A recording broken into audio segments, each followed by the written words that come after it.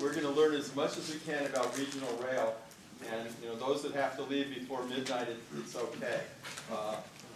But Don's wife said keep him here until 1. So that's right. He said that. She said she's got to get the guy out of the house in time. There we go. So interesting stuff that happens in this world. I just need to give a commercial first. Transit Coalition is a community-based nonprofit, and we do lots of things. We train future urban planners. We train, soon we're going to be training future political science people. What we do is, this is a presentation that we gave to the San Fernando Valley Service Council last week, or 2 weeks ago. And what this is all about is that the students studied, they found out from one of the professors that there's no real connectivity between the Antelope Valley line and Cal State Northridge. It's really hard to get there. Same time, Metro said that that would be an interesting situation if we could get people between Cal State and Antelope Valley line.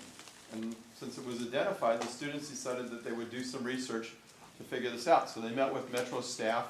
They learned all sorts of different things, disparity studies, and all sorts of, they looked at 4 potential routes to come up with a potential route between train station and Reseda Boulevard corridor. Reseda Boulevard has a rapid route. It's the worst in the system in terms of it's the shortest in length, doesn't really go anywhere, and there was a way to fix it. So the students went to work on researching it, and they came up with recommendations for this potential route. They even came up with the possibility of JARC funds to fund it. So you never know with Metro, somebody could come through and have a pilot project for a couple of years. In addition to that project, the students also looked at the connections between Metrolink and the Metro buses. You can see from this chart here, you can see the colors. That's all that matters is the colors. You can see a lot of orange and a lot of red there. Red and orange isn't good. Green and blue, which you can hardly see, is good. Like basically, if you want to take a Metrolink train to Sylmar, get off the train and catch a bus, you've got about 11 or 12% chance of getting a bus within 15 minutes. Most of the time it's within 45 to 50 minutes, because we've got buses that just leave before the trains get there and all. And vice versa, if you want to take a bus to the train, you have a small chance. We've been meeting with executives at Metro, and they're moving forward to starting to fix some of this. They addressed Chatsworth this round in December, and we'll get them to start working on Sylmar, because when the Times called and said, do you think a lot of people switched from cars to trains? I said, that'd be interesting, but how do you get to your job at Sierrison or Fantasy Cookie or United Parcel Service or what's the other company up there? Anyway, some of the big companies. Starbucks. No, it isn't. There's Fantasy Cookie and Anthony International, which makes cold storage doors. But they have a campus that's got around 3,000 or 4,000 employees, and there's no way to get there by transit. So these are kinds of problems that could be changed because they've got the type of employees with shifts that would work. One of the projects actually the students are looking on next year, or this coming year, is how to provide a specific shuttle that goes between the trains and the employers pay for the shuttle because there's enough income between the employers that you can meet the 32 round trips that Metrolink has, and it's an idea that we're going to explore. We also looked at the recreation area, the college. We saw there's a big college, and then there's one of the largest county regional parks. We discovered that Metro stops running buses to the college and to the parks at 6 o'clock at night. The park runs to 10 o'clock at night. College runs to past 10 o'clock at night. So we're recommending that transit actually serve these big generators. So we made a series of recommendations how to fix things. And then in addition to that, we also have been looking at sidewalks and accessibility. We like to finish infrastructure. One of our interns is blind, and when he got off the bus when he was doing the research, he hit the ground. The problem is when you hit ground and you're blind, your cane has to resonate with something like concrete or asphalt, and you can hear the sounds and you know where you are. The problem is that we've got bus routes there where you can't transfer because there's no sidewalks and all. And there's no curb cuts, there's no curbs. So we want to identify these. We've got pictures of them all. We created a report. We sent it off to the mayor's office. We sent it off to the city council office. And we were in City Hall this past Friday knocking on doors saying, we sent you this report. And, well, what report? We never got it. And then, of course, a couple hours later, they call back and they dust it off. It's hidden away in a bin somewhere. And the mayor's office, one of the people actually read both reports and said they're going to meet with us. But the idea is that we don't just research these things.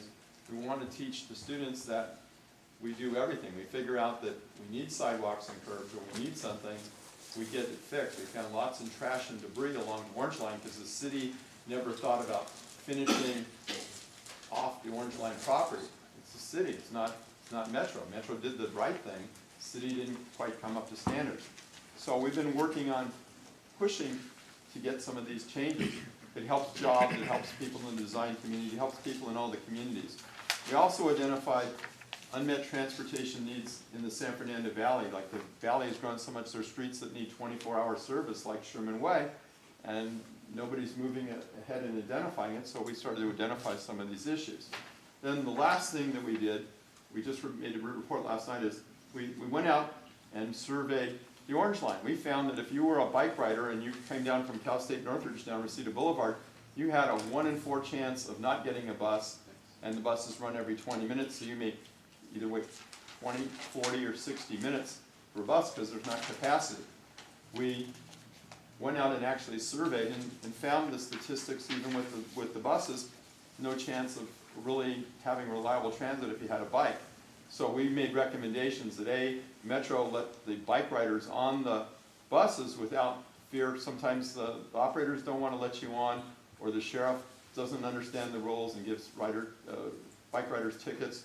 And so we found some racks in Seattle that allow for three bikes inside, and it basically takes out a couple seats, but it doubles the capacity of the bus because you have the 3 racks outside, 3 inside. We also recommended that if Metro wants to, they should increase the service from 3 buses an hour to 4 or 5, and that way the riders can be accommodated because after 7 o'clock at night, service is missing. We actually had a neighborhood council meeting last night where about 12 bike riders were there, and we started resonating. Every time we do this type of research, it starts to hit chords within the community. And our idea is to keep bringing these ideas in, bringing trained urban planners and designers and GIS people, so as you in industry need interns and all, we have people that are trained that can do the job. So that's a little background on what we do. So now we're going to start up with our meeting. And so with our 2 guests tonight, I don't know who's going to show first. It looks like Bob Hope Airport, the easiest airport in the world to use. There's things about Bob Hope if you don't know it. I've come off a train and been on a Southwest plane, and nobody's supposed to know this. Within 20 minutes after getting on the plane, off the train, I'm on the plane. I get through security, lickety-split, and go buy some food and sit on the Southwest plane, and there you go. I mean, it's one of the best airports around. You could spend a couple hours if you like LAX. It's not as convenient.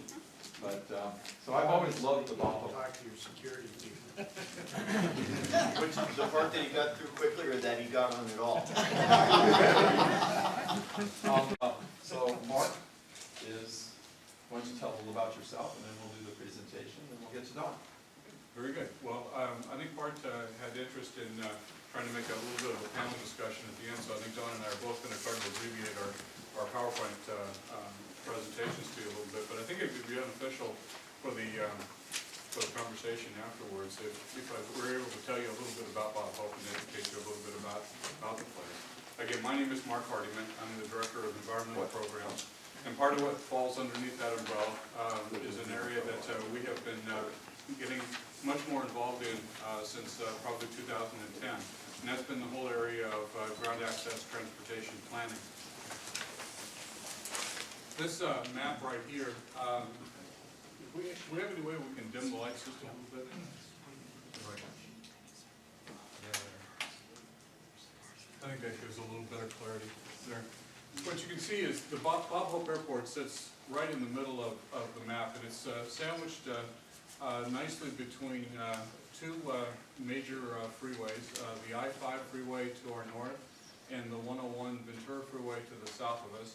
And paralleling that as well is the Antelope Valley line that Metrolink provides service on out to Santa Clarita and on out to Palmdale. And then to the south of us is the Ventura or Losan line. Both of those lines converge in Burbank, and as Don likes to say, all roads lead to Rome. You follow that line and you will head down to Union Station. Off to the far left, you'll see that the orange line, BRT line, which has had the recent extension out to Chatsworth, picking up at Warner Center and then coming on into the Red Line station. It joins there at the Red Line. It comes on into Union Station.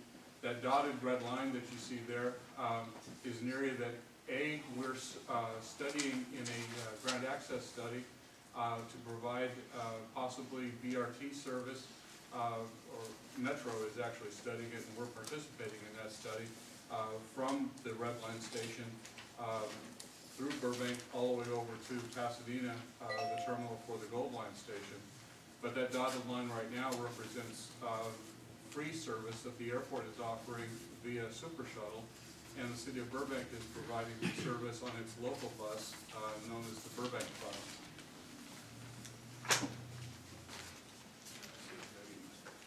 This picture is one of my favorite pictures. I like to make a lot of fun of it when I get the opportunity. I call it, say that if John Candy were still with us and he wanted to reprise his role in that corny 1990s comedy Planes, Trains, and Automobiles, he could park himself on that concrete bench there underneath the awning, and we could have a remake of that movie. And you could actually probably even take an aerial picture and find that Metro was running the 165 bus on Empire Avenue on the other side of it.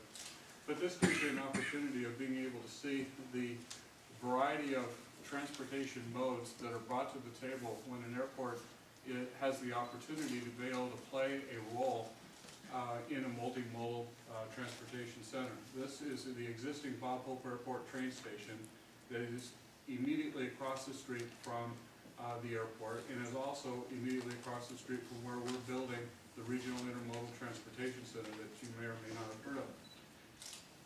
Speaking of which, this is an artist's rendition of what we're now have broken ground on this past summer. It's a three-level parking structure that we will relocate the existing rent-a-car operation, which is in an area that the FAA has come to us and said is way too close to your runways for us to be comfortable with it any longer, and you have until year 2015 to relocate that. So we're going to move that into an area over here, which is going to be in this building right here. It's going to be, as I say, directly across the street from the existing train station that is across the street on Empire Avenue, and then connected to the terminal building by an elevated moving sidewalk, which will provide connectivity for passengers, whether they be rent-a-car passengers or passengers wanting to come in either on Metrolink, or there is an area at this end of the facility right here which will be served by Metro buses, as well as the Burbank bus that provides service in the area. So again, it's a true multimodal facility. BART has had to endure enough of these pictures over time where it's just been an artist rendition. I'll skip through these quickly, but I felt now that we're actually underway, I needed to be able to show him some actual progress that we've made. We're well underway, we're on schedule. Concrete, we like concrete. We got concrete, we're actually going uphill, we're coming up out of the ground, and we're on schedule for a July 2014 grand opening. This picture here is the existing train station on Empire Avenue, but more importantly, as we've become involved in transportation planning, the Bob Hope Airport years ago was the recipient of a federal highway grant to, at that time, study linkages from the Golden State Freeway to the airport terminal complex. Due to local politics at the time, we were never able to act upon that grant, and remarkably, that grant was never rescinded. We have the opportunity now we don't put that grant to work, we now use that grant as a funding source for a ground access study. As we got out there talking about the study in the community and making it, the plans for that study known, it was coincided very nicely with Supervisor Antonovich and the work that he was doing with Ara Najarian, both board members on the Metro board and both co-sponsors of the Antelope Valley Line study. And support quickly grew for a Hollywood Way, San Fernando Road station for MetroLink. And we've been working very closely with Don Sepulveda. We're hopeful to be able to have groundbreaking sometime before Supervisor Antonovich steps down in June of this year to be able to break ground on that station up there. But we also took time out, and I know speaking with Bart earlier, one of the things that he was hopeful that I would maybe speed along a little bit through here was this slide here. But there's actually an important point that I wanted to make here, and then I will move through this. The city of Burbank, its citizens, its city council, and the airport have been at odds with each other for decades. And for the past half dozen or more years, there has been a concerted effort on the administration at the airport and with the current city council to try to mend those fences and find a way to be able to work harmoniously together. Those dividends are starting to pay dividends, or those efforts are starting to pay dividends. Talk of a replacement terminal facility that had been linked to expansion has been taken off the table. A replacement terminal building that is a true gate-for-gate replacement is what is being spoken about. And what you have seen is, as we took time out to do a community outreach survey, is that only 7% of the residents in the surrounding areas have been concerned about airport noise, and an overwhelming number believe the airport has become a good neighbor. That has emboldened the city of Burbank to work much more closely with us. And we're actually going to be at a kickoff meeting hosted in the city of Burbank's Community Development Office tomorrow with all of the consultants for the ground access study. Because they have actually partnered with us, and we have been successful with them as a joint applicant in a transit-oriented development grant application from Metro to be able to do an additional part of that study that they wanted to be able to focus on. So what I really wanted to be able to drive home was, you can't make any of the progress unless you have your politics at home put in order. And we have worked very hard at that, and we believe that we are maintaining that balance. We've also engaged a firm to be doing data gathering for us. You can see that the areas where they have surveyed passengers, where those passengers come from, align very closely with both the freeway and rail corridors that the airport serves. Well, one of the other things that came to light in that survey, we've always suspected that most of our passengers came to the airport via automobile. That didn't surprise us. But if you'd asked us before the survey was taken how many were dropped off, I think most of us in management would have said somewhere between 25 and 30%. What came back in the study was that better than 50%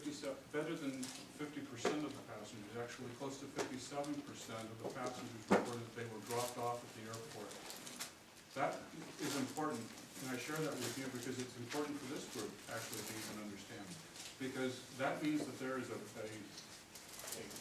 pool of people out there that don't come to the airport and park their cars. They are actually a pool of people that the airport can deal with and look at and say, you are a viable potential party that we can, if we can build a mass transit system that's attractive to you, that you would use, you're already not bringing your own personal car to the airport. You putting the arm on a loved one, or you're taking advantage of a taxi cab or a shuttle service. Somehow you're getting to the airport not in your own personal vehicle. But if you have the opportunity to be able to get here in some sort of MetroLink or other type of service, you would take advantage of it. They're a potential candidate. Big thing that came out in our survey that was a little bit of a surprise to us was that of those who, the 82% that said that they would not use the new station if it was there, 222 responded that the biggest reason that they wouldn't use it wasn't because of the airport being the destination. It had to do with the difficulty in their own hometown of being able to access the Metrolink system. And so that's an issue that needs to be worked on and dealt with. And that's a more complicated issue, and one beyond what we can address here, but it is one food for thought. Same thing really addressed with our employees. We had 44% said that they were very likely to use the Antelope Valley Line station if it was there. 56% though said that it was the location of the station at the origination was the problem, not where it was located at the destination. I think I've gone on enough. That our $4.3 million federal highway grant is fueling our ground access study. We have 3 or 4 primary objectives. We want to encourage development along the Santa Clarita, the Antelope Valley line, from Santa Clarita to Anaheim. We're looking for ways to be able to reduce traffic on Hollywood Way and explore east-west connectivity to Pasadena, and obviously explore development opportunities along the way.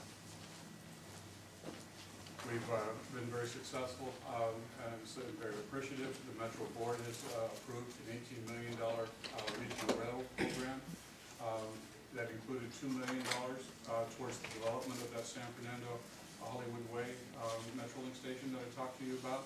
Of that $4.3 million STOR grant that we are doing our grant access study, the airport authority took $1.75 million of that and dedicated it to that Hollywood Way station for Metro's use for the development of that station. And lastly, winding up here, my part of the presentation would be, these are the cities that Bob Hope Airport serves on a nonstop basis. As we all look at ways in which we can get to where we're going, instead of all climbing onto the 405 freeway or the 5 freeway, trying to clog up the freeway, get down to LAX or whatever freeway you're going out of, we have to look for smart ways to be able to go where we're going instead of all going out of one airport. And the next time you travel, if time is money, think about it. We spend a lot of money in expanding the 405 freeway, and we're spending a lot of money expanding the 5 freeway. Maybe there's a simpler, convenient method that would serve your needs. These are our one-stop locations. Don, I'll turn it over to you. Thank you.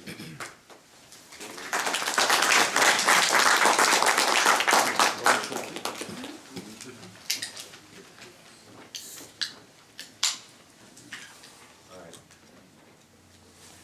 Let's see how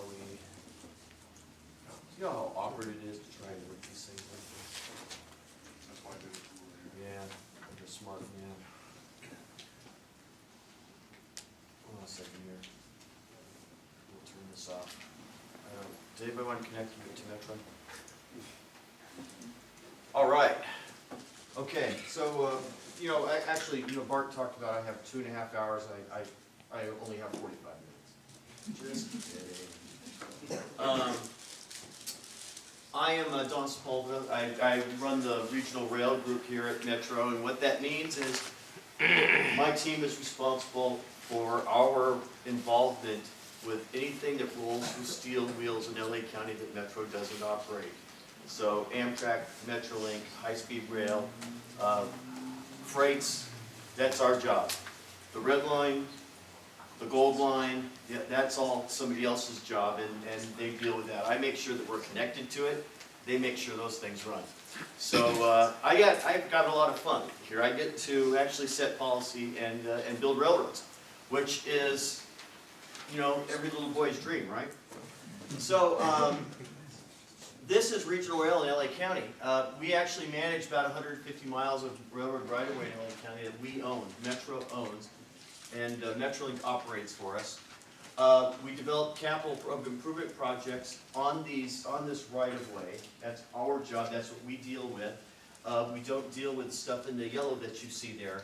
And in doing this, we coordinate with Metrolink, Amtrak, high-speed rail, and all the freights, which I just mentioned. And real quickly, the lay of the land here, of course, you know this is all Palmdale. This pink here is actually Metrolink lines. To the right is the Inland Empire. To the left is Ventura, North, Orange County, and San Diego. This is what I refer to as Rome. You heard Mark mention it earlier, okay? All rail lines, as you can tell, they all go to Rome. They all go to Los Angeles Union Station. This corridor that you see here, the low sand corridor that travels down this way, that's the second busiest passenger rail corridor in the country next to the Northeast Corridor. It's very important as we start thinking about what's happening here. When you start looking at what's happening here, look at all this yellow radiating out from Union Station. You see it all out here? Those are all transit projects that are either in development or have been developed by Metro. Light rail, BRT, subways, things like that. So when you look at everything here and you start seeing what's happening, we have leaving Union Station every day. We have trains going to Seattle. We have trains going to Chicago. We have trains going to New Orleans, leaving out of Union Station. We also have trains going up and down between San Luis Obispo and San Diego. We have trains taking people in and out of Union Station from the 5-county radius of Los Angeles, the member agencies of Metrolink, and also northern San Diego County. These are people that live in areas that are, the property is cheaper to live out there. For example, in Riverside, property is definitely cheaper to live out in Riverside. The jobs are in LA. We're bringing 86% of the riders of Metrolink into Union Station. At the daily riders of Union Station, bringing them into Union Station so they can hook up with local transit that takes them to their final destination. And that's an important thing to think about as we start thinking about rail development and connectivity. Now, where Mark is at is right there, okay? And what's so significant about that is this low sand corridor here, bear in mind, the second busiest rail corridor in the country was for the longest time the only commuter rail connection to an airport, a direct commuter rail connection in the country. And if you can believe and fathom that, when I heard that, I was actually amazed. And when I heard it, I was actually at a tour of the second commuter connection, and that was in Milwaukee at Billy Mitchell Field, which, by the way, is not too far from the home of the greatest football team that ever walked the face of the earth. Okay, and I don't know what you all are going to do watching a second-grade football, a Super Bowl this year, knowing that the best football team is not in it. But I'm not biased. Not the Packers? That would be the Packers. Yes. Who? Who said that? Give us a discount, double check. So anyway, so what we've got here is we've got that important commuter rail airport connection. And what people have to understand is railroad is not competition for planes. If you're traveling to Chicago, railroad is a competition for planes, all right? But where we're going in here and what we're doing out of Bob Hope Airport and what we're doing locally, railroad is not competition for planes. And this also goes for high-speed rail in the state of California. It's not competition, it's feeder. It's all about regional connectivity. And I'll go further here. See this purple line that you see here? That is the high-speed rail corridor in New Union Station.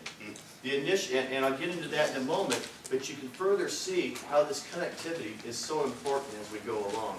So, the high-speed rail, real quickly, they do have a 2012 business plan that actually defines Los Angeles, specifically San Fernando Valley, as the initial terminus of the initial operating segment. And that's the initial segment that they believe is financially sustainable without subsidies.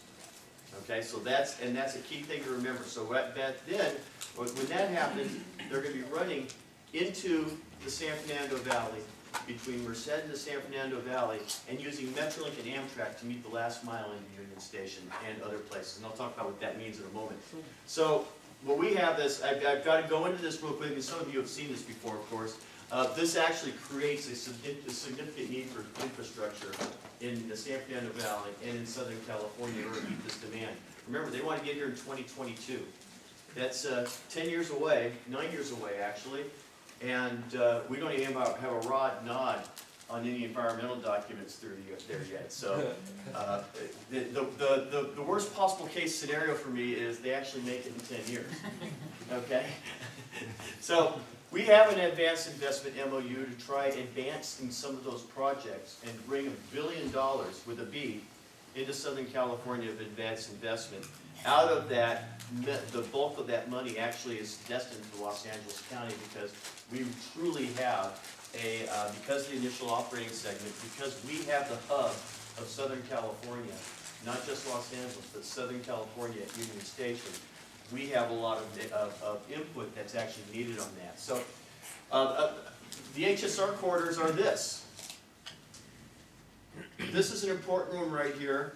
This is the Palmdale Transportation Center. What we are saying to the High Speed Rail Authority is that's where the connection needs to be. The important thing is Palmdale Airport's right there.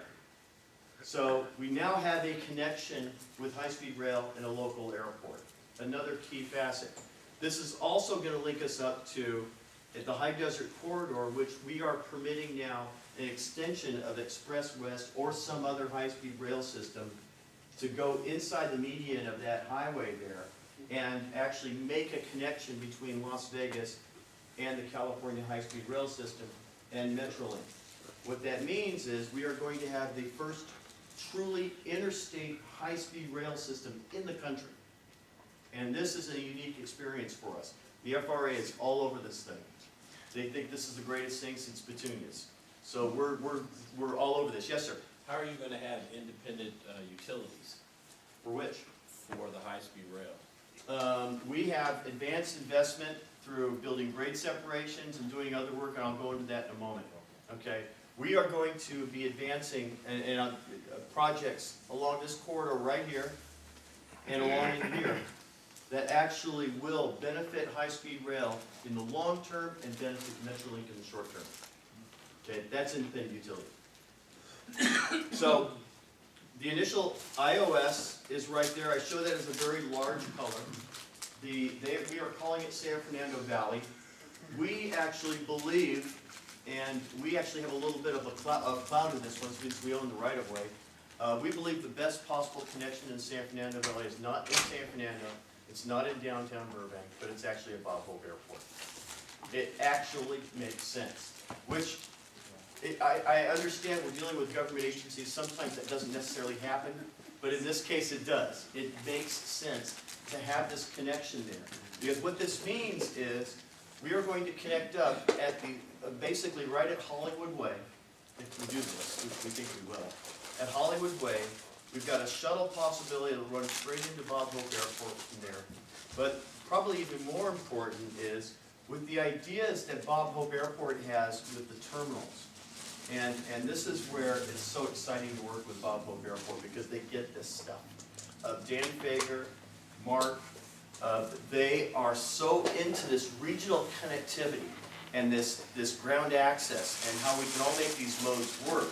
That we are sitting there talking about the possibility of possible terminal here, just brainstorming. Imagine a terminal here for high-speed rail connecting Metrolink, high-speed rail, Amtrak, and a direct access to an airport terminal. So you have that all in one little area there. Yes, sir?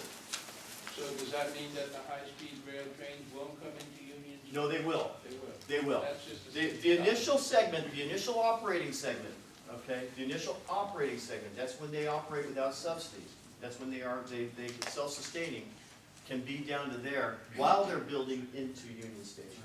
Okay? The idea is they're going to build the initial construction segment in San Fernando Valley. Then they're going to go south and build the initial operating segment. Then they're going to go north and build into San Jose. Then they're going to connect up with the whole complete setup. Okay, that's their phasing in. Gotcha. And the year when the whole thing is set up, is that? Union Station 2029. Okay. Okay? Yeah. San Fernando Valley 2022. Enthusiastic dates. But that's okay, I'm with it. Yes, sir. I heard to burst a little micro bubble here, but then you said something about this being the first interstate high-speed rail system in the nation? That's right. from my memory, the northeast corridor. Northeast records corridor is not long, high-speed rail, Even with the SLA not Express. high-speed rail. We have a 200-mile-an-hour possibility rail dedicated high-speed rail route, fully electrified between the states. That's classified as fully high-speed rail. Acela is not high-speed rail, it's an incremental higher speed rail. That's the catch. Oh, so they changed the definition. No, they didn't, but that's the way it's been. Yes, sir. Question, at 200 miles per hour, what percent of the friction is air friction? Oh, I don't know. About 80%. Okay. Just wanted to, you can put as much energy as you want in the train, but at some point you do hit a brick wall of air.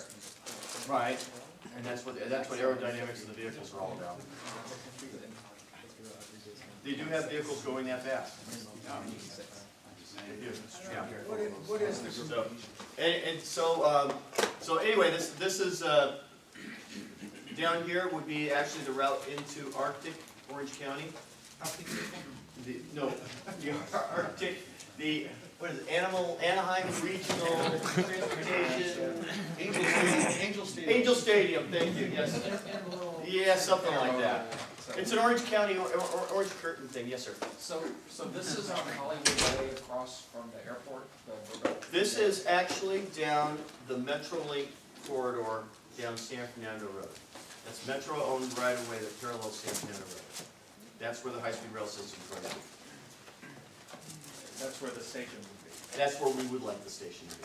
And that's how far from there? I think it's about 4,000 feet from the existing terminal. It's a closer shuttle than the 4.5 miles they drive to downtown Burbank right now. Okay, so let's move on here. So real quickly on the challenges, we've got to develop the infrastructure to support it. We don't have it there right now. We've got to invest it. We've got to provide these connections so that they can actually take advantage of the regional rail system. What this means is we can now move, I talked about, we now have, if we think about it with that intermodal station there, we now bring trains in from San Bernardino, loop them through Union Station up into there to serve it on one seat. Orange County loop them through to serve it on one seat. That's the type of challenge that we have to actually handle the throughput that we're talking about. So we actually need to advance projects that not only meet the needs of the blended service, but they also have to meet the needs of Metrolink. I hate paying for the same real estate twice. I hate wasting taxpayer dollars. If we've got an opportunity to build a grade separation, that grade separates the right-of-way rather than just the existing tracks, we create an independent utility situation for both users and at the same time provide benefit to the communities. And this has been my grief about high-speed rail.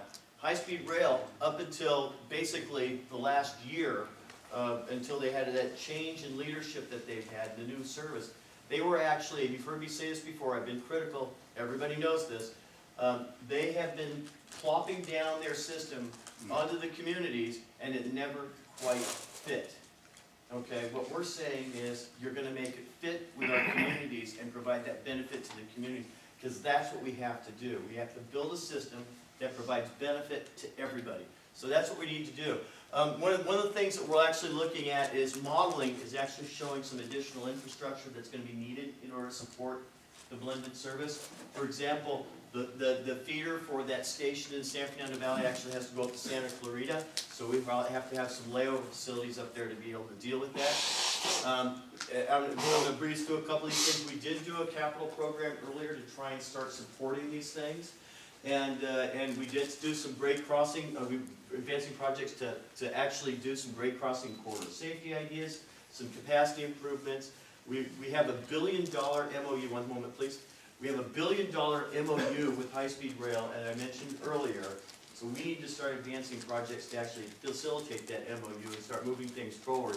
But we also have to develop projects that are actually make these programs that make it attractive to further sources. One of the problems we've had in Los Angeles is we haven't really had a program to get ready, projects ready for funding. So we haven't been on the cusp of grants. Our grants for rail. We've been good for the transit side in Metro. We've been good for some of the other things, but for rail stuff, we have been somewhat lacking. So my job has been to push that agenda and make it work. So this is what we're trying to do. in order to get these benefits to passage. Yes, sir. What is the overall capital investment to build this system? What part of it? Is the What? like that image that you had on the previous That's, slide? for high-speed rail? Yes. Oh, for high-speed rail, it's $68 billion. Exactly, $68 billion. And where's that capital coming from, just out of curiosity? I have no idea. It's coming from some grants, some bond money, and private investment. And then you said that there's, which one? There's also the metro is a separate. I've got my own capital program that I've got, excuse me, that I've got to develop. And that I have right now, we are in the process of developing a strategy for overall rail improvement in LA County. We haven't gotten that far yet. We just did the AVL study. We're doing the San Bernardino line study, and we're doing a grade crossing safety program. And all three of those projects are going to have to be combined together to actually develop a strategy. Yes, sir. So for the blended portion of development, is the presumption FRA compliant vehicles or non-FRA compliant? That is yet to be determined. If it's on dedicated track, it doesn't have to be FRA compliant. FRA is a partner with High Speed Rail though, but it doesn't have to have the same FRA compliant issues that the current commuter and passenger rail vehicles have. So they're going to have special compliant issues. The concern is if you have FRA compliance, none of the true high-speed train sets are compatible with FRA compliance. So you would preclude. I'll go back to what I said a moment ago, that they're still working out those issues. They have High Speed Rail just signed an agreement with Amtrak to develop high-speed rail vehicles together as they move forward. Yeah. The catch is that in the United States, we do rail differently than they do in the other parts of the world. We actually build railroad cars to survive crashes. The other parts of the world, they build them to prevent crashes, which is kind of a different take on things. So that's why we have the compliance issues that others do not. So. Right, but the presumption with the HSR program has been non-FRA compliant. Well, they're going to be on dedicated tracks, so they don't Right. have to have the same collision requirements. Right, but They're going to have FRA compliant issues at operating at different speeds, and those issues haven't been developed yet. Those standards haven't been developed yet. Yes, sir? How many grade crossings are there on the, in the San Fernando Valley, on the Antelope Valley line? I think there's about 24. How many of those are you gonna be able to grade separate as far as this one? Well, I'm going to have to separate every one of them between the iOS and where it jumps out of the hill in Silmar. Okay? I've been insisting that wherever high-speed rail parallels our right-of-way or is adjacent to our right-of-way, that they're going to grade separate the railroad at the same time they're grade separating high-speed rail. Okay? We're going to take advantage of that and try and, I don't like to use the term kill two birds with one stone in this case, but it kind of fits. So that's what we're trying to do. And so we've got that same issue in Palmdale where they parallel Sierra Highway. We're insisting that they grade separate the Union Pacific and Metrolink at the same time as they grade separate high-speed rail. It just makes good sense. This is probably the king of them all. We call it the Southern California Regional Interconnector Project. Script, you guys know it as one group. Okay? Right now, Union Station is at its tipping point in capacity. For years, we've needed to develop this station and develop a system of tracks that actually run out the backside of Union Station and provide service so trains can actually run through Union Station rather than come in through the throat and then leave through the same throat. Okay, it's very important. It's going to be even more important as PTC comes around. So we've got a plan. It's going to increase the capacity by 40 to 50% at least. We actually think it may be more once the modeling comes in. This is actually going to create some operational flexibility, and it's going to actually serve everything in Southern California. And this has been called by every regional CEO a project of regional importance and priority. It's number one on the MOU list. This is what it is. So, this is a conceptual idea of it. This is the throat of Union Station right here. Everything comes in right through there and then goes out right through there. The problem is that when they come in, they're coming in cab car forward. All right? they have to go, when they go out, they have to shut down the cab, they have to go to the locomotive, they have to reinitialize the locomotive, and then they have to jet out again. It's even more problem with PTC, because positive train control is going to have to initialize in that locomotive now. So in addition to the normal checklist that they go through, now they've got to reinitialize the locomotive for positive train control. It's a significant challenge as it moves forward. It's going to create some delays. What we're going to do is we're going to take at least 4 tracks and run them out the backside and split them. Some go north, some go south. We don't think these bridges are necessary right now. We think that putting those bridges in is going to move the problems further down the line, and we don't have the capacity down there. We don't have the issues there. But this is what we're looking at here. So now a train can come from Orange County, come up through here, dwell for 5 minutes, and then head out to Ventura. It can head out to San Bernardino, Riverside, San Bernardino. It can head up to the Antelope Valley, and you've got a 5-minute dwell in the station versus about a half an hour.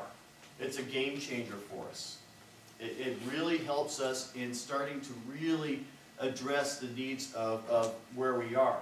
Where this is going to really happen is as we start moving into getting those trains from the blended service from Burbank into Union Station, you can see how that's going to change. You can also see how we can serve that high-speed rail terminus now at Burbank. If we run through the station, now we have an origin at Oceanside, Laguna de San Miguel, or something like that, to go to Bob Hope Airport, or to go to the high-speed rail system, or to go to Disney in Glendale, where people work in Glendale. It's a big, all of these things now we can do by just running through the station and saving that 20 to 30-minute dwell. That changes how rail works here. That changes the catchment for Bob Hope Airport.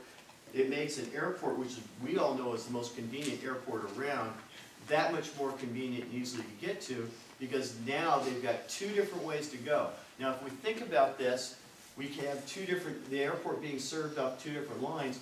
You've also got 2 different options on rail to get there. So we now have an incredible amount of flexibility and access to a very important transportation center. So, yes, sir. Aren't the high-speed rail trains much longer than the platforms? So how does that work? The high-speed rail, we are looking at how high-speed rail is going to fit in Union Station. Right now, we're doing a master planning effort for Union Station to develop we bought Union Station 2 years ago, almost 2 years ago. And since then, we've been working on this master planning effort to try and figure out how we're going to incorporate it and really develop it, because it really hasn't been touched in 70 years. It's like a time capsule out there. So that's been, had all kinds of boxes added onto it.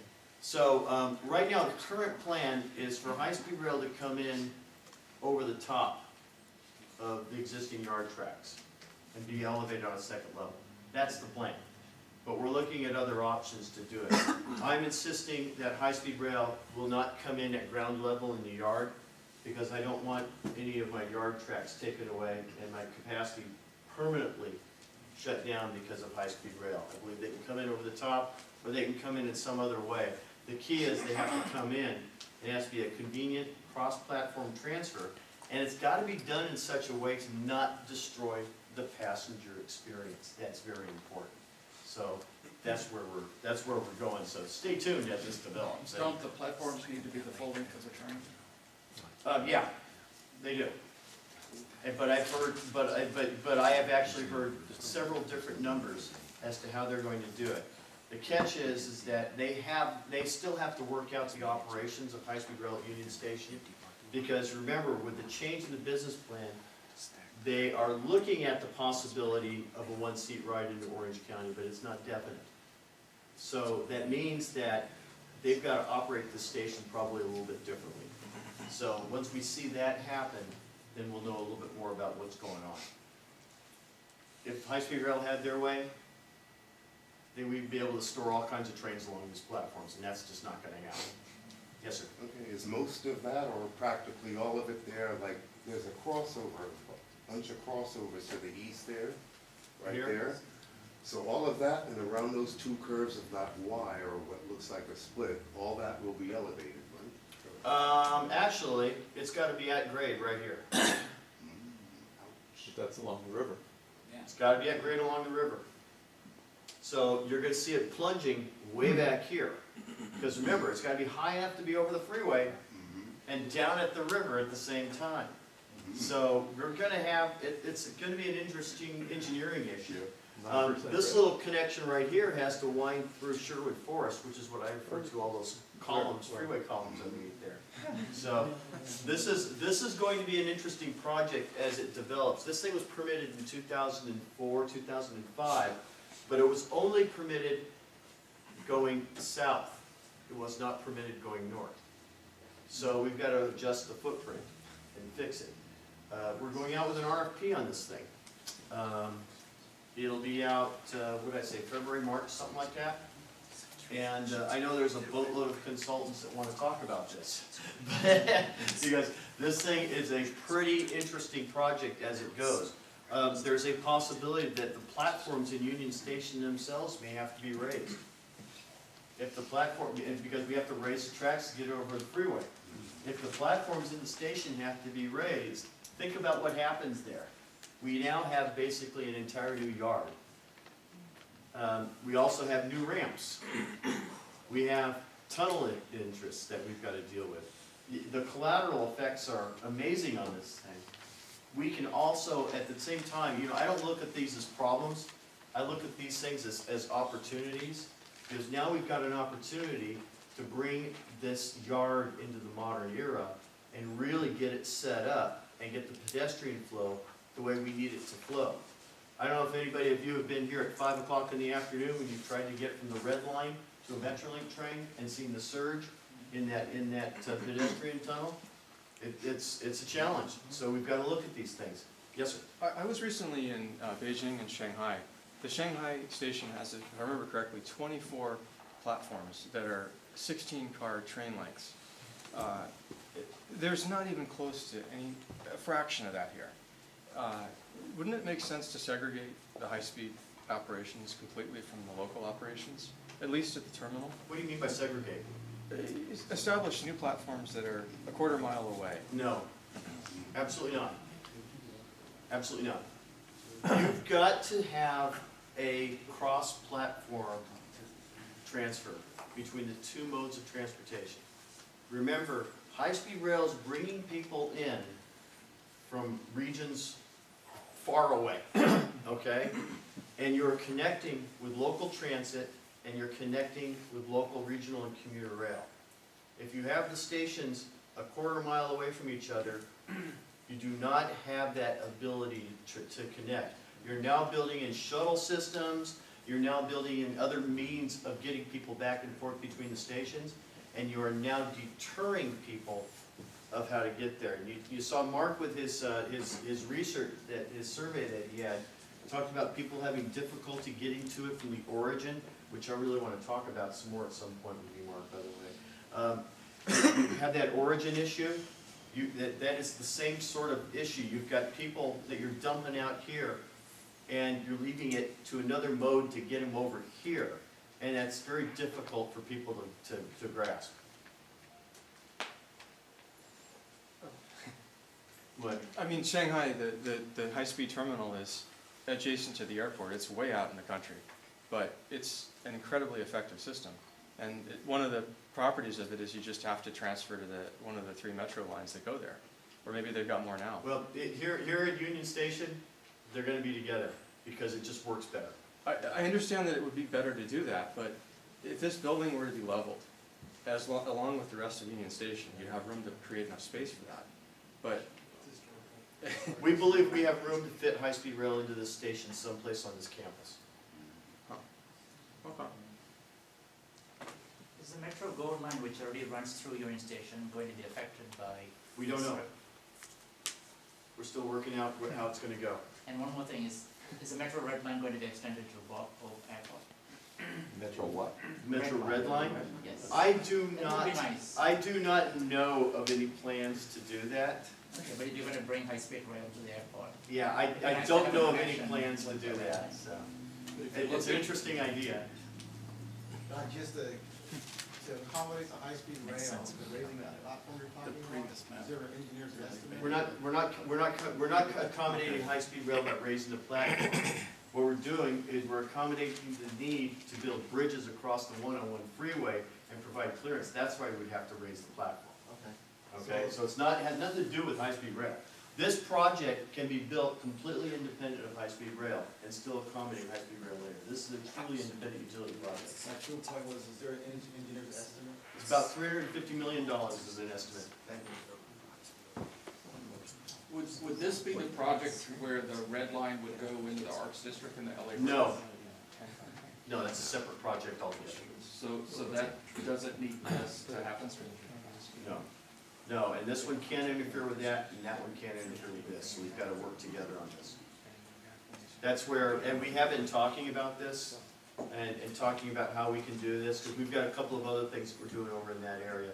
So I've been working with my counterparts across the different departments here to try and get. Since they're building that one Santa Fe project sort of contingent on the station, is that, and that project's already started, is that station gonna happen within the next 5 years? I don't know what the time frame is on what that station is. Chris, do you have any idea what that time frame is? Within the next 10 years. Within the next 10 years, yeah. Yes. Yeah, I'm still studying that map, and then you mentioned the tracks will be going down right after the freeway, or is it before the No, freeway? no, they're gonna have to, yeah, they're gonna have to start going down as soon as they can. That looks like a 2 or 3% grade, and I don't think diesel power would cut that. It does work. It does fit. 10%. When you look at the national fiscal picture, and the federal debt problem, is that something that you lose sleep over? Because if we have another crash like we had in '08, how does that affect this project? Right now, we have $175 million from Proposition 1A. We have 17 million from ARA. The other funding for this, we are still searching for, actually said high-speed rail is still searching for. And I don't know where that's gonna come from. Most likely, everything is to please the feds, to get the money from the feds. I mean, what if they just say, listen, we're broke. Not only you're not getting your high-speed rail, you're not getting Social Security, you're not getting your entitlements, nothing, and then we have. Then we are delayed. Yeah. Either that, or either I'm a pass the tin cup, guys. The point is though, is frankly, the point is that we have to, as a nation, start thinking about where we are going and what we're doing. And if we continue to be short-sighted and thinking that highways are going to be the way that we're gonna get into the future, then we're gonna lose it quickly. So we've got to think about where we're going to start investing. We've let transportation go. We've let our infrastructure go. ASCE has given our national infrastructure Ds and Fs and C minuses because we've let it go. We've got to get out and do something about this. The fact is that we've got an opportunity with projects just like this to bring things back, to put people to work, and to get things going. And one of the big complaints that I hear about projects like high-speed rail is, well, you know, we don't know where all the funding's gonna go. And what's really interesting is I would have loved to have been in the room if somebody would have told Eisenhower when he proposed the interstate highway system that he didn't know where all the funding was gonna come from, because they're still building the interstate highway system. And we still don't know where funding's coming from, yet we're still building it. So I guess our priorities are a little bit kind of mixed up to a certain degree, so. Let me go 2 cents in on this too. Yes. Really important to understand that at one point in time I was colleagues with Don with HNTV. And then all of a sudden opportunities came about and Don became the director of regional rail at Metro here. When Don landed, he initiated plans. Literally, there was nobody that ever, in all the decades, had ever thought about, what are we doing with all these rail lines we own? The Metrolink system was there. There was no plan strategically what to do out to San Bernardino, what to do out to the Antelope Valley, what to do out to Ventura County. It didn't exist. Don, within, I think, he came in, what, February? April, March, the end of March. And I think by the June or July, we published in the front page of our newsletter, we brought a motion through with Supervisor Antonovich to start studying and getting a grasp on what you could do with the Antelope Valley line. And of course, every politician with the Me Too wanted to know what you could do with Ventura County, what you could do with the rest of the system. So Don worked to dovetail them in and keep them in sequence, and finally get some numbers. I mean, you could sometimes ask these questions, like I remember when the run-through tracks were quoted at $750 million. There was a time when we met with Doug Failing when he was the director of Caltrans, the region, and we were working on seeing if he would put some piles in on the freeway because it would have saved a whole bunch of money. Arnold didn't want to do it, but you know, there were all sorts of opportunities. But now, the important thing is that Don's here to finally codifying what a regional system could be. There was never any grasp about numbers. There was never any concept of what could be done. And that's the important thing about vision is you start to lay it out, and then you can start to apply the numbers. And that's really the important work that Don's been doing for the last couple of years, is getting a grasp on something that wasn't known at all. And you know, with the Metro Rail system, we knew, you know, that maybe getting the subway towards the sea out to the Veterans Hospital is $4 billion or $5 billion. We knew that. We had no idea what it would take to do the rest of the system. And then that's where we're at now, so back to Don. Yeah, and I think one of the key things is to understand is for anything you need a plan. You know, and some of you have heard me say this before. You know, you don't go to the grocery store without a plan. If you go to the grocery store without a plan, you end up with cookies when you were supposed to get diapers. They're not interchangeable, and so you've got to have a plan. So what we've been trying to do is actually get a plan. And you're right, we may not get funding. The funding may drop out. You know, it may happen, but we can't work on that assumption. What we do have to work on is the assumption that it's something that we have to prioritize. It's a system we have to develop, and we have to start moving forward and grasping at what we can get to start improving things as we see it. In order to do that, you have to have a starting point. And you know, I think that at the same time, though, we start looking at projects such as this, and we start saying, okay, from a national scene, what kind of benefit does that get us from the national scene? We've got a project like this. This is not a project for Los Angeles. This is a project for half of the state of California. Because this rail station serves riders from San Luis Obispo all the way down to San Diego. So that's some of the regional importance that we have. So as we start looking at projects like this, we start prioritizing, we start looking at Bob Hope Airport connection, we start prioritizing, we start looking at the collateral effects, we start looking at the benefits. And that we start moving forward. And I don't mean to get into a civics discussion, but this is my approach to things, is that we gotta have a plan moving forward, otherwise we're not gonna get anywhere. And so we gotta go someplace. Let me also interject one other thing too. 2001, 2002, 2003, Howard Berman came to a match grant idea that if you were to put the missing HOV lane in over the Sepulveda Pass, he would chip in $130 million to put in the HOV lane. It had to get started by, I believe, 2007 or some couple years off. If you didn't start it, you'd lose $130 million. There was no money to do this project. All of a sudden, pieces started coming together. It's now a $1.2 billion project. The money just kind of, when you have a project and you figure out how you're going to do it, it comes together. It could be like if you're building a boat at your house. You don't know what it's going to cost initially, but you want, or building a house. I mean, did you know what your house is going to cost when you built your house? I don't know. Oh, I had an idea, but I sure missed the mark. So are you saying there was cost overrun? You can quote me on that. But I have to say this, is usually when you're visualizing, my students go out and we visualize sidewalks for Silmar, and it's $300,000 or $500,000 and all. They don't know where the money's coming from, but there's different sources of funds, and you have to go out and you have to work the room. I mean, if you work the room, I know how to work the room. I'll start going with the labor unions. They'll support Transit Coalition, and we'll go with these guys, and we'll go out and we'll sit down with the elected officials, and we'll have the neighborhood councils, the community wants this and all. And a politician's job is to deliver.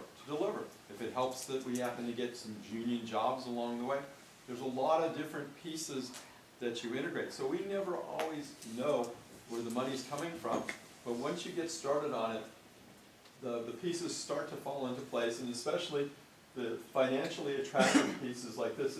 For every train that comes through here, everybody, 300, 500 people on a train, they save 5 or 10 minutes or 15 minutes apiece because you don't dwell. So you can have through service for all Amtrak and Metrolink and all. And the financial benefits to everybody means that if somebody was going from Irvine to Chatsworth and they didn't have to transfer trains and all of a sudden you get this mode shift off of the freeways. Well, there's also benefits if you have less cars on the freeways, you have less maintenance costs and all, or more room for the container trucks. Just joking. But seriously, everything has an impact, and you may spend some money here, but you're going to save some money. So back to you, Don. This is one of the things that is important to realize, though. I did talk about this being on that low sand corridor, and one of the things that's really interesting about it is if you start looking at what's going on in the I-5 freeway between here and Orange County and all the freeway improvements that are going on, I don't know about you, but I think it's going to be a very difficult way to go over the next several years while they're building that. Metrolink just got some money from Caltrans to actually look at how they can actually take up some of that slack and operate Metrolink over that and see what they can do on that. So we're looking at ways to make this, and basically a train takes up the train line takes up 1.5 lanes of highway. So you start thinking about doing the math on this, it really works out. So yes, sir. So I wonder what do you think this will do, getting the run-through tracks to service bands and frequency through Metrolink, especially with the high-speed rail coming. So this is obviously way down far in the operations kind of thing, but with the high-speed rail you would need probably greater span and maybe more frequency to kind of encourage that connection. So, well, it's one of the things that we have to work out is what high-speed rail modeling is going to show. Their ridership numbers have been second-guessed, let's just say that, over the years. I saw a couple of chuckles in there, you know what I'm talking about. At one point, high-speed rail said they were going to have 6 trains an hour at 1,500 riders per train in Union Station, and I said, okay. But so we don't know how that's going to work yet, and it's something that we have to model as it goes out. But we do know that a project such as this allows us to handle whatever they throw at us. I suppose That's the key. How about as a Metrolink sort of perspective then, just purely without high-speed rail, how do you feel this would be able to allow you to have higher frequency? This actually increases our capacity by 40 to 50%. Okay, minimum. Just from being able to run through the station. Isn't that the growth? Then, say, in an Orange County or Burbank situation, would you be able to increase the number of trains? Oh, yes. That's the capacity issue. We can increase the number of trains, we can increase the length of trains, we can do all of those things, because now we don't have to dwell in the station. Now we can zip them out. And that's the key. And that is what you're looking for when you're talking about the situation of augmenting the I-5 situation. Right. These things, so that people have more choice. Right. Look at that saying, I can make my choice. We need to give, see, here's the reality. We are not going to get a lot of better travel times with the constrained urban environment we have without creating additional express type service, skips type service such as that. Just by straightening out track, we don't gain a lot of speed. Where we gain a lot of speed is by reducing the number of stops. And so something like this helps us with that, because now all of a sudden we've got trains that are passing each other, expresses are passing locals along the line, and now we're able to jet them through here and then leave room for some other ones that are following up. Because remember, for an express train, you have to have a local picking up the slack along the way. Otherwise, you lose ridership. So here's what you've got. So this allows us greater operational flexibility to do something just like that. This is, the railroaders out there in the world refer to this as a game changer for Southern California because of the flexibility that it has in operations. Yes, sir? Has this begun yet, this construction? No, we're going out, it was environmentally cleared several years ago, but we've got to go out and recertify the environmental document. We're going out with an RFP either next month or March in order to start to get a consultant on board. We expect to actually have a consultant working on this thing probably in June, maybe July. Can you get Measure R money? Is that? I am already putting $4 million of Measure R money into this. I have 3% of Measure R for capital improvements for commuter rail. So I'm advancing it with this project with $4 million of Measure R. Last point, use your laser pointer, show me, you showed how the trains from the north have to go in and back out. Show me today where the trains from the south, how do they do it? They come up this line, Yeah. up that line, up through there, and come out.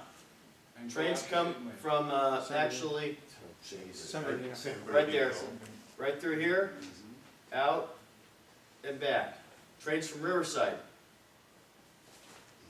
and back. Antelope Valley and Ventura, out and back. Everything has to go through that throat. You can see operationally.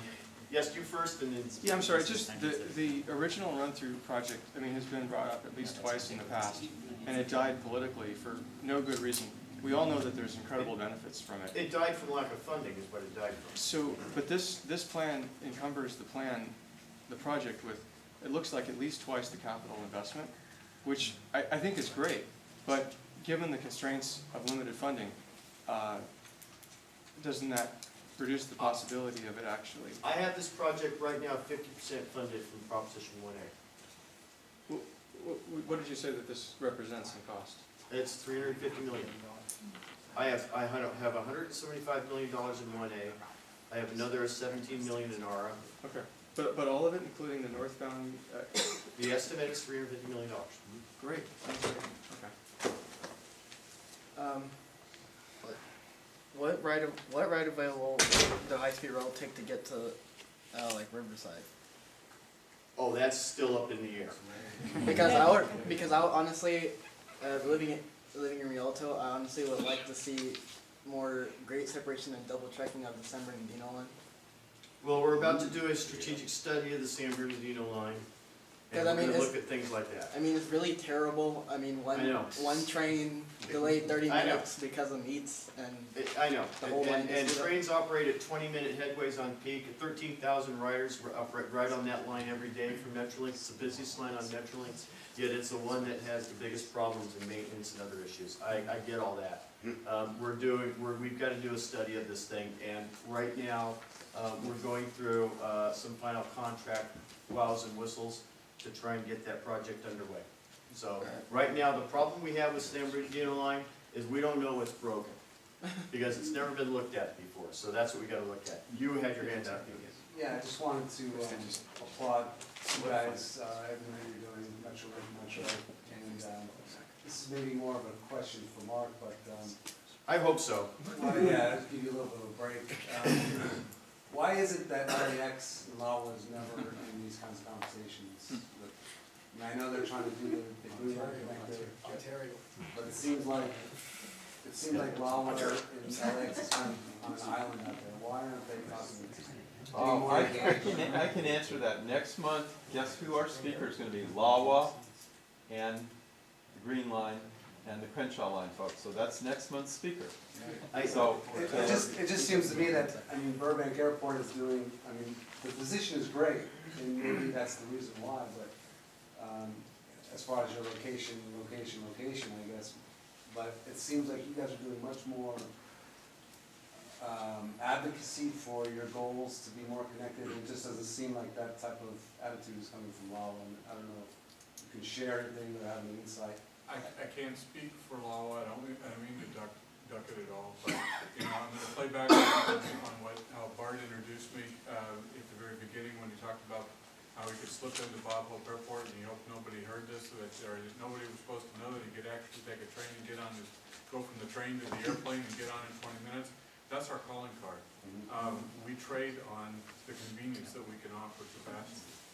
And this is another means of being able to tap into providing convenience to passengers.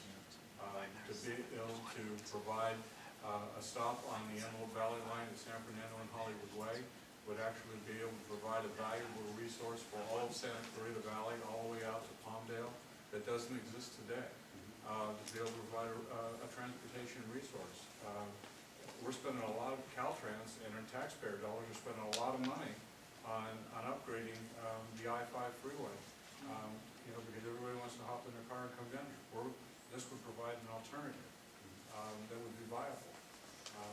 We're successful in being able to relocate our terminal one day. It'll be that much more seamless. Let me tag on to Mark's thing a little bit, and this has been from my experience in working with the airport commission and the leadership at the airport. And I've been around the block a couple of times. I've been, out in the consulting world before I came here, and I've been to different cities and worked in different things in different environments. And I've seen all kinds of different type of governing bodies function. I will say this, because I've been in front of their council, their commission, several times in talking with them about connectivity and what's going on here. And in order to have the type of program that they have and the type of passion that they have for connectivity, it has to start from leadership, frankly. This is not just leadership from Dan Fager, the executive director, because he's got that great leadership ability, he's got that going on and getting that, but it's also from their commission. Their commission gets it.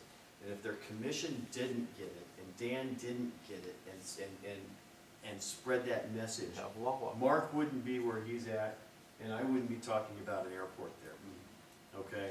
You'd have That's what it Wawa.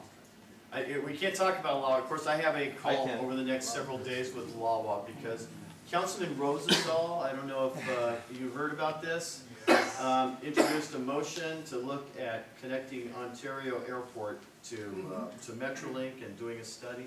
San Bernardino was already going to move on that, so now I've got to talk about how we can be involved with that to a certain degree. So we'll be partnering with San Bernardino on that one, I believe, as that moves forward. So did somebody else have something? Yes. The commercial and industrial district just to the south of Union Station, which is to the right on the map where you have the crossover tracks. Yeah, you're right there? Right. That public storage building there? Does everything, obviously everything in the footprint of the tracks have to come out, but how much on both sides of the track would have to be? We'd have to look at the footprint. It just depends on how we do it. We do it MSE walls, we do it by a viaduct, it just depends on how we do it. And we just aren't far enough down the line to make that some decision. But some close by development is possible with. There's always things to do. Mitigation. There's always things to do. We were actually talking about possibly a bus facility here. Right. After we put those in. So there's all kinds of things we can do. It's wide open, and there's so many things. This area right here, this Union Station campus here, is a unique piece of property. Actually, I shouldn't say just there, it's also out over here, really. It's a very unique piece of property. It's 70 years old, it's the last train station moving west. It's got an original Harvey house at this thing. It's got the original ticketing area.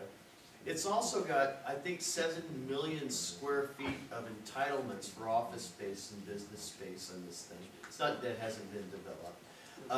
There's so many things that happen here. We have buses coming in from Bakersfield every day. We have Greyhound buses leaving. We have people coming in from all over the country here on trains. We have people going from all over. There's such a flurry of activity here, and it's such an interesting space that there's so much we can do with it. And as we start moving towards the future, this is where our board saw the vision of where this is going, and they've decided that they need a planning effort, a master plan, to actually define how this station is going to go into the future and how we can develop it. Otherwise, it becomes what it is. If you look at Union Station from just a really objective view, you can actually see different types of architecture at the station, different types of things in there. It almost looks like a 1960s edition, okay? If you see that, you chuckled on that, you'll know what I'm talking about. Have you ever been to a house? You know, it's a raised foundation house, but they built into it in the 60s. They poured a concrete slab there, you know, and you go out there and you look at the roof line doesn't line up, and you know. But so you've got this nice, great 1939 station here, and all its great ambiance, and then you've got this 1990s plaza area. And then you've got this pedestrian tunnel in between where everybody's shuffling. So there really isn't this real melding of ideas through here in this space. So the master planning effort, and we've been working a lot with them, is really looking at this and trying to figure out how we can actually make this the space that as a true destination and really blends in, so that Union Station is not its island. You know, it's very difficult to get to Union Station other than the Red Line or the Gold Line or Metrolink. So how do you fix that? How do we make it more accessible? How do we get it into the city to make it part of the city? And that's what we really need to look at. That's what our master planning folks are doing. Don't forget the 2 stucco buildings on Alameda. Yeah. There's so many things. So, and I'm not saying that it's all bad. I'm just saying that you know, in order to really do what we need to do in the future, we can't have high-speed rail come in and put a big box up in the air that's going to hold 6 tracks and 3 platforms, and then just take people and put a staircase down and say, okay, you're on your own. You know, we've got to find a way to make the passenger experience work. We've got to make it easy for people to go from the Red Line to Metrolink to Amtrak to high-speed rail. We can't just dump them out and say, hey, that way. And by the way, that message sign you're trying to read in the pedestrian tunnel reads like Klingon, but it really is telling you where the train goes. That's the and the public address system, which sounds like the Peanuts teacher. We're really meaning that. That's it. So these are things we're trying to fix. You know, we joke about these things now, but these are serious things we need to fix, and that's what we're working on. I'm gonna move on. So this is slide number 3. Thank you. This has been a great discussion. Something I'm really proud of. When I interviewed for this job, one of the things that I said, I said a couple things that were probably pretty critical, and I was actually kind of surprised. But one of the things I was looking at, and I've been involved with rail in Southern California for a very long time, so I kind of get the feeling what's going on here. LA County has never really had a comprehensive grade crossing and corridor safety program. They've done it in Orange County with their OCX project. We haven't done one in LA. Why not? Well, because we've never had a passion to do it. So what I said was, we need to do it. So here we are. July we passed, our board passed the capital rail plan, so we're going to take a good comprehensive look at our 170 at-grade crossings. We're going to prioritize for grade separations. We're going to look at what we can do to improve these crossings. We're going to see what we can do to make our railroads safer. We're going to look at our overall corridors themselves, look at hot spots, see where people are getting into trouble. We're going to look at tagging areas and see where 14-year-old kids are putting themselves in danger by trying to make a name for themselves by painting a wall. Okay? All of these things we're going to be looking at. We're going to go out with a RFP for this comprehensive program that's going to be engineering, education, and enforcement. We need a way to make it a railroad safety to be on the front of everybody's thoughts as they approach a railroad track. Right now, we have too many 14-year-old kids looking down as they approach grade crossings with earbuds in their ears, listening to Enter Sandman or whatever Metallica is playing, and they can't hear anything else, and the vibrations of the music are so strong in their ears, they can't hear, feel, or see a train, and they walk into a train. It's happening too much. One time is too much. Okay? We're going to try and do something about this thing. So look for this. This is going to happen. And this is not going to be us just going out and saying, stop, it's a train. No, we're going to get out there and do something about this thing. We're going to reach out. We're going to work with the communities. We're going to work with the electeds. We're going to work with people to make this a reality. This is something that's a passion of mine. As Bart will tell you, I've been working in railroad safety for quite a while. Grade crossings are a particular issue with me. The problem I have with with grade crossings and when you put it into other aspects and other multi-billion-dollar safety programs that are going on, right now, the only grade crossing, the only safety program that we're really not investing enough into is grade crossings to control the public and how they work at railroad crossings. And the problem is we put all the money into things we can control, the engineers, we don't put it into the things we can't control, which is the general public. So somehow or another, we need to get out there and educate, and we need to do something about this. So this is what we're going to do. So you saw some money, if you looked at my, my board report for July, you saw some money for this thing. It's gonna be a multi-phase program, but it's gonna be something. We're gonna work it, Metro's gonna be involved with it from our rail safety standpoint. The FRA's interested in this, the PUC's interested on this, and they're gonna jump on board with us, and we're gonna make this a program. So, real quickly, a couple things that are actually in the works right now.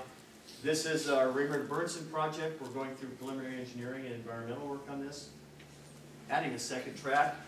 The UP is trying to convince us otherwise, I think, through funding.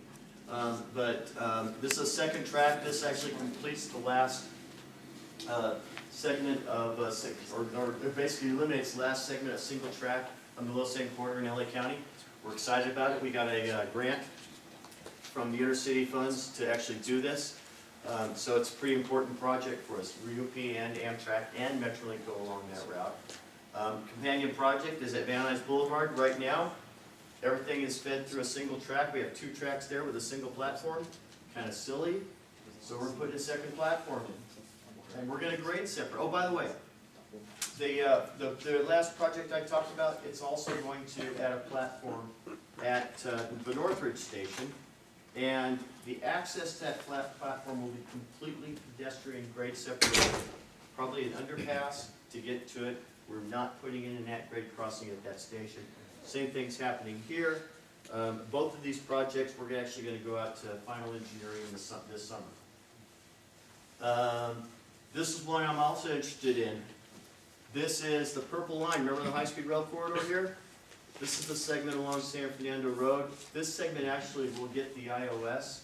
We need to start advancing that project. We've got 9 years to build all this stuff in, so we need to advance that. That needs to be double-tracked, and we need to move Metrolink to one side of the right-of-way, okay, in order to do this.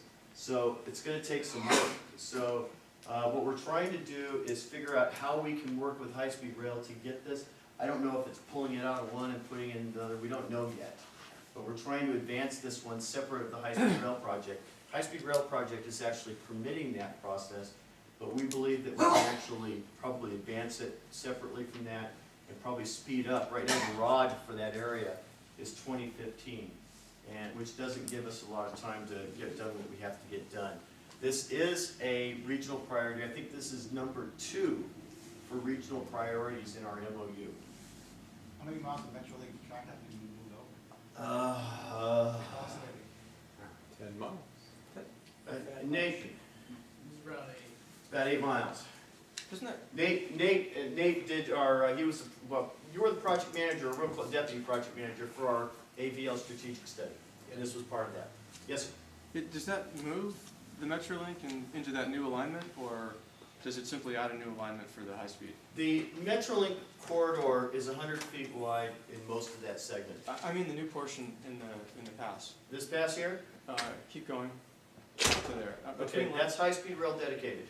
Okay. We're not going to be on the same alignment there as high-speed rail. So new alignment for high speed. Yeah, and it's a lot of tunnel Right. through there. There is a possibility, we are actually looking at the idea of getting on the same corridor with them through here. Yeah.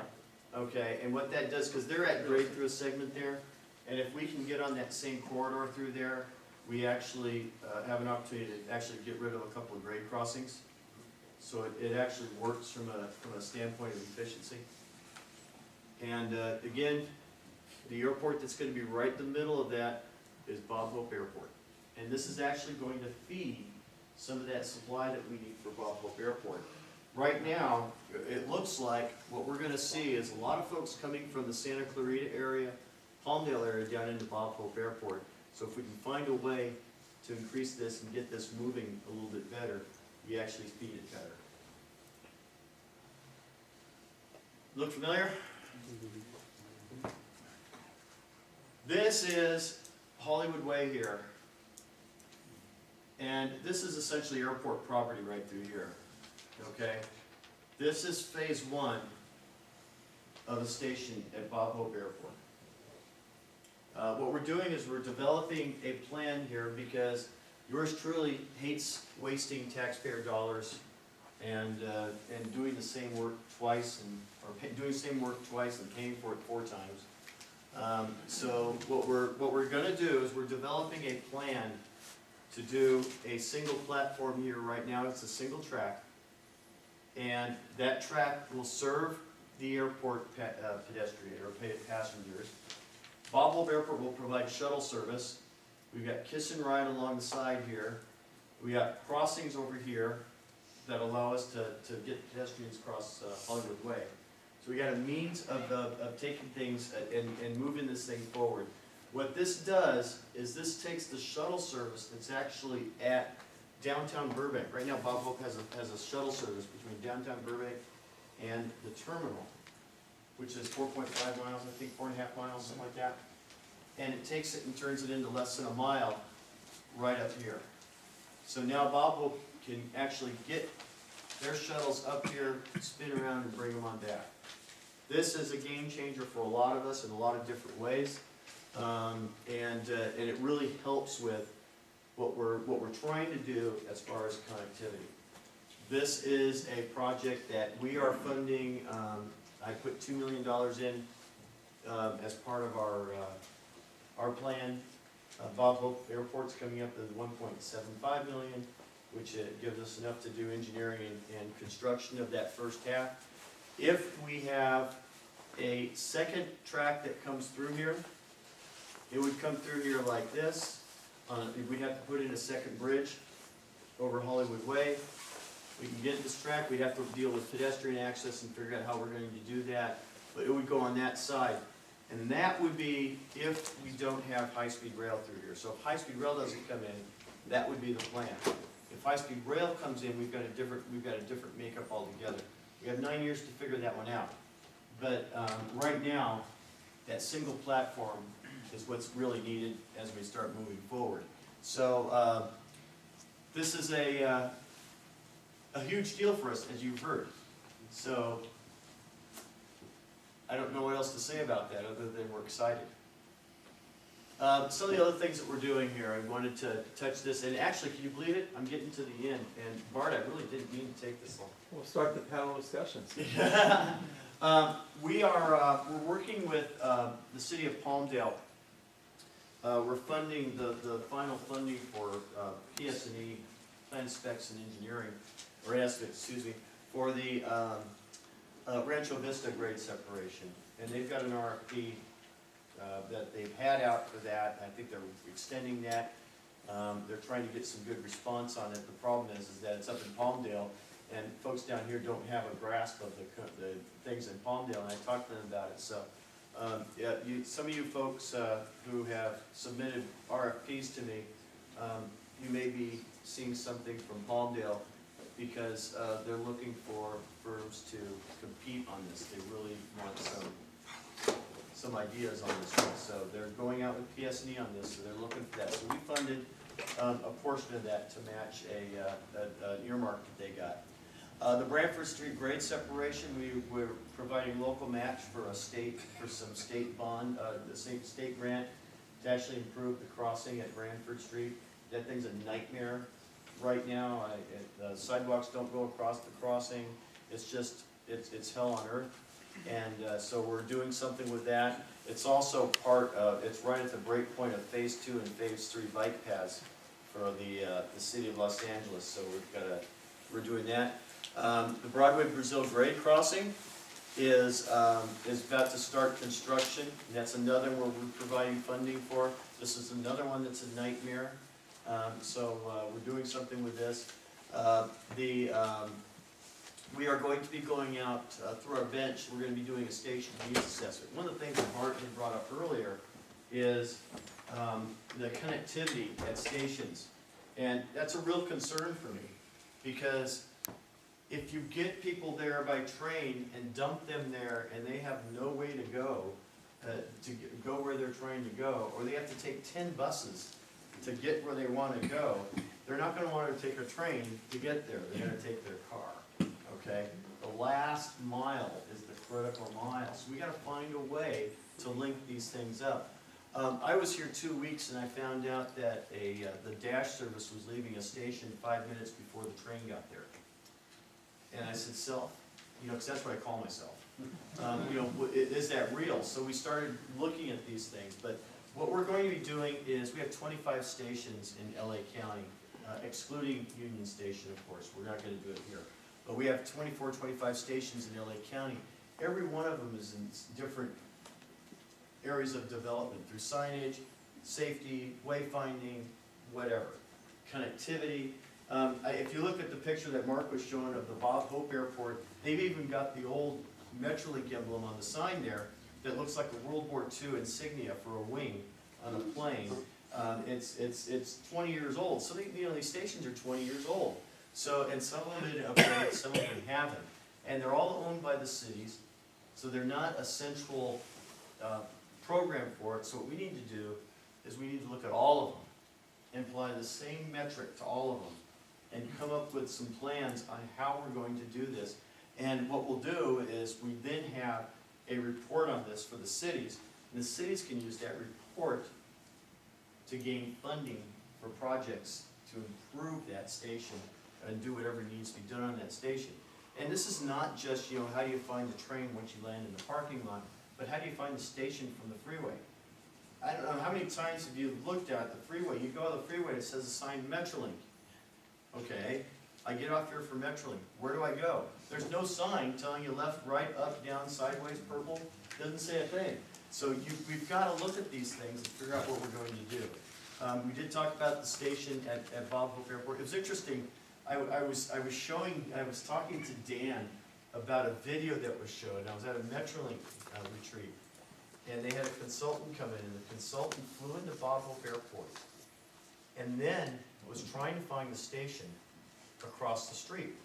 And they were asking people inside the airport how to get to the station. And the Southwest guy said, well, you have to take the shuttle and go 4.5 miles, you know?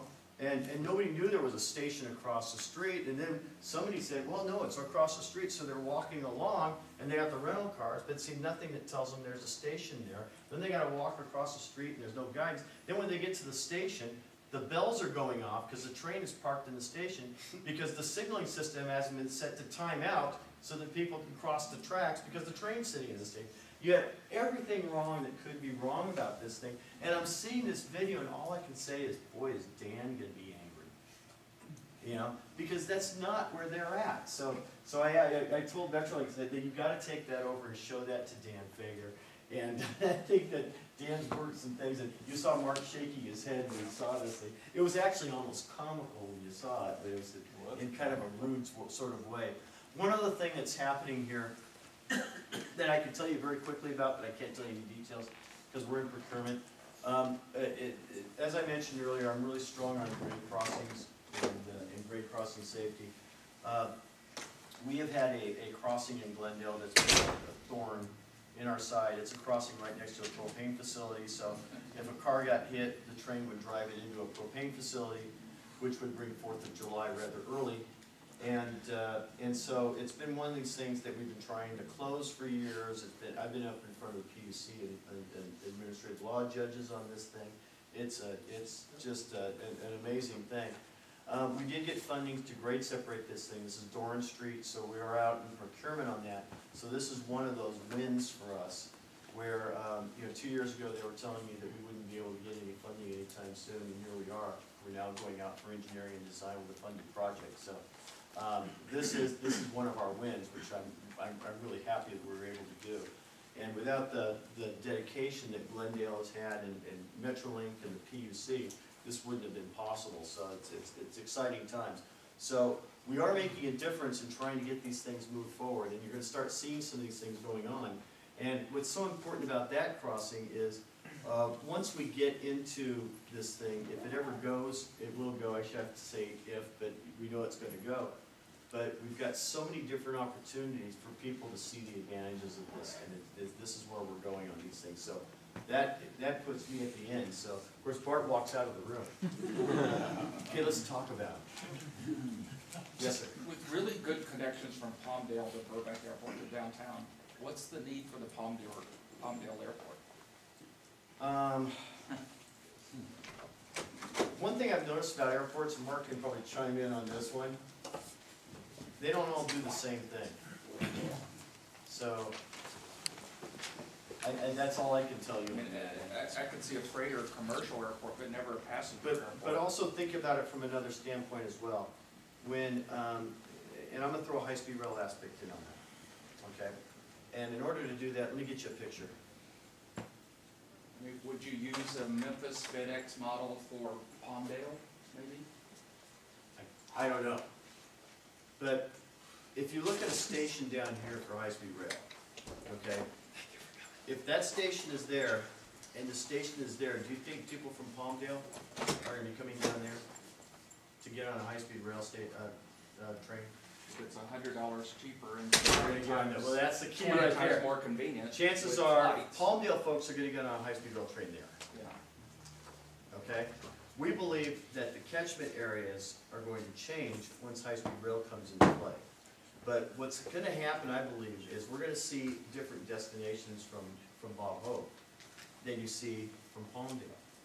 And and who knows what's gonna happen 10 years down the road. But you do see that different sort of idea. And they've been talking about, frankly, Palmdale Airport being off for a very, very, very long time. And I haven't seen it happen yet. So, I don't know. Kind of a non-answer. Yes, sir. I understand the project's gonna be using quite a bit of tunnel. And I was wondering, have you explored the possibility of using this, it's a tunnel boring machine known as the subterranean? I'm not building it, I don't know. You know, here's what's gonna happen here. This is going to be a design-build project. And the contractor is gonna come up with the most efficient and, read that, inexpensive means of getting the project done. And if that method of tunneling is the best way to do it, the cheapest and most efficient, they'll do it. That's the beautiful thing about design-build, is it sorts out itself. Yes? I'm curious on your thoughts. I frequent El Monte bus station quite a lot, but I see that the Metrolink tracks are right there. And but the Metrolink station is not too distant from that station itself. With the remodel, I wonder what your thoughts were on how that kind of played out, how they weren't unified. Yeah, well, number one, the tracks are so far away from the El Monte bus station. So they fly right over it. It's But the station is a mile. Yeah, the tracks that are in here. That's the biggest fail on the It just didn't work, and I don't have all that development history on it, so I really can't answer it. Obviously, like this presentation is more San Fernando Valley centric because of the high-speed rail talk. You know, it's actually San Fernando Valley, because I'm trying to link it more to Poplar Airport and all of these things. Well, anyway, it was centric in that area, but are there any other great separation projects in other Metrolink? I figure I'm also asking to like. Well, Palmdale, I talked about the Palmdale one, but right now, you heard me mention earlier that we need to know what's broken so we can fix it. Right now, we've only studied the one line. We've got to prioritize the rest of the lines and start figuring out where we're going to go from there. So that's to come.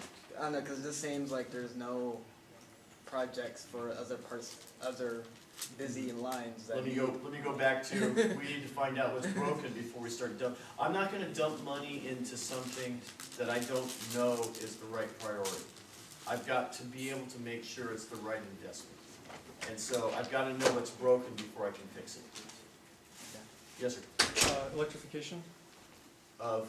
Yes. Metrolink / the high-speed development. Well, let me give you the kind of short answer, which is going to be a long one.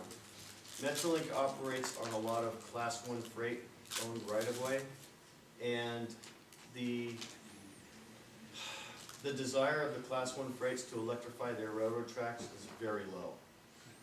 Okay? Here's another portion to think about. The Caltrain Peninsula is gonna cost $1.2 billion to electrify 40 miles. Metrolink has 512 miles.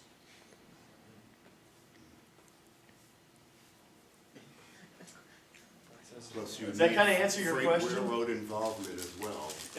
Because the freight railroads actually own the right-of-way Yeah. on which Metrolink The San Bernardino sits. line and the Orange County line are both owned by Metrolink. No, that's not true. Metrolink doesn't own anything. The Just county in tracks, LA. but not the The right-of-way. San Bernardino line is Yeah. owned by San Bernardino and LA. Yeah. The Orange County line is owned by the BNSF. Okay. What is needed is that a tax structure change in which railroads, whenever they improve their property Tax by exemption. either grade separation or electrification, whatever tax dollars amount that would be collected over a certain base amount go directly into funding a special trust fund for rail. And that should be able to pay for all of these projects and then some.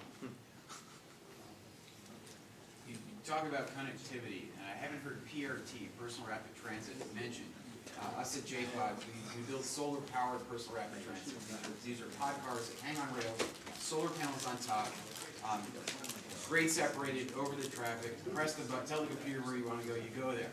The technology's there to do that. We have a letter of intent to build for $100 million plus, $2 billion plus. We estimate all of LA would cost $10 billion. The problem is that imagine if all your cell phones and emails were routed by human operators. Well, that's what we're still doing with transportation. We need to automate transportation. We need to stop moving tons to move a person. The connectivity issue. There's so many little gaps in the metro rail network. And if we can just fill those gaps with PRT, we'll come in and we'll build this. And we'll pay 5%, just like the cell phone companies. We want to be treated like cell phone companies. We want to pay 5% to the rights-of-way holders to solve this problem. One example would be where the Silver Line, where the Expo line ends at Roberts right now.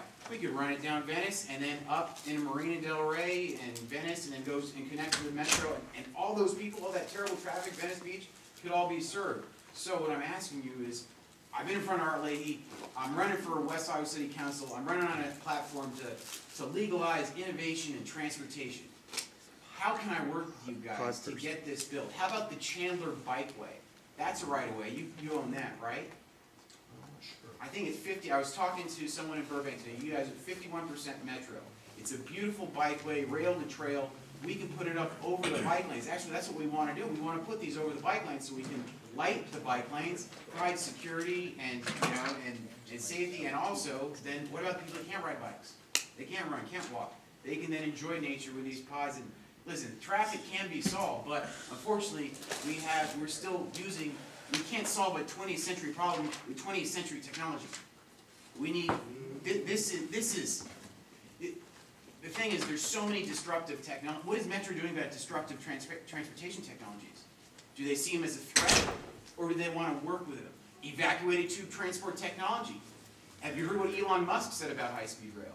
He was talking about a hyperloop, something that'll get you to San Francisco to LA in 30 minutes.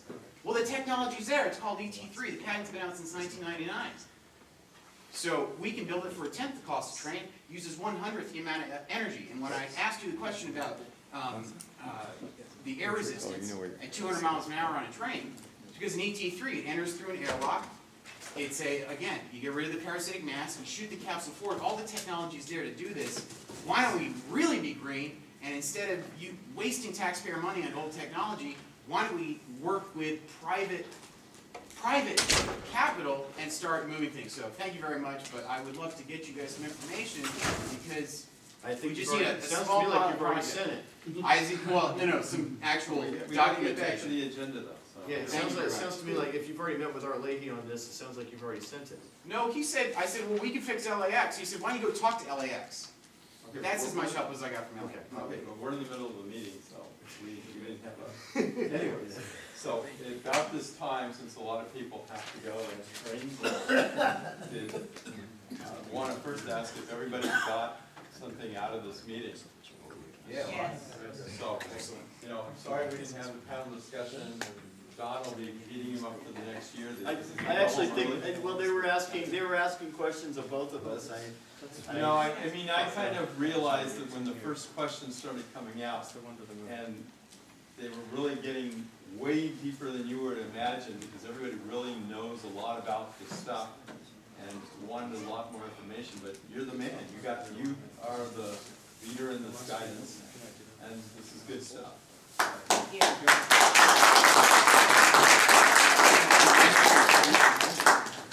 We're gonna have a 10-second meeting.